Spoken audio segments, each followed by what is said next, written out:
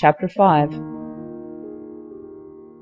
Now it happened on the third day that Esther put on her royal clothing, and stood in the inner court of the king's house, next to the king's house. The king sat on his royal throne in the royal house, next to the entrance of the house. When the king saw Esther the queen standing in the court, she obtained favor in his sight, and the king held out to Esther the golden scepter that was in his hand. So Esther came near and touched the top of the scepter. Then the king asked her, "What would you like, Queen Esther? What is your request? It shall be given you, even to half of the kingdom."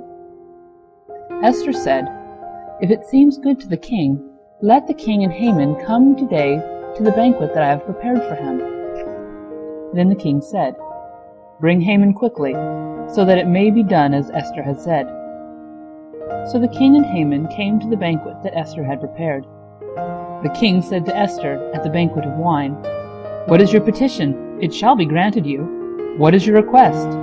Even to half of the kingdom it shall be performed." Then Esther answered and said, "My petition and my request is this: if I have found favor in the sight of the king, and if it please the king to grant my petition and to perform my request, let the king and Haman come to the banquet that I will prepare for them, and I will do tomorrow as the king has said." Then Haman went out that day joyful and glad of heart.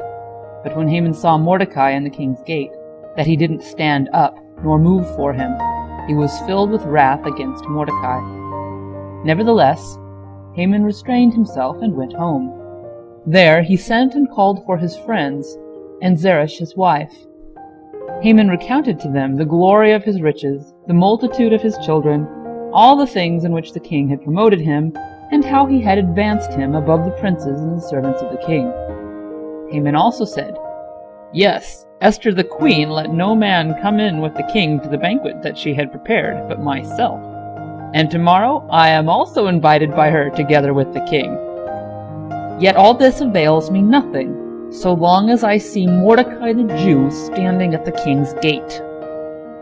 Then Zeresh his wife and all his friends said to him, "Let a gallows be made, 50 cubits high, and in the morning speak to the king about hanging Mordecai on it.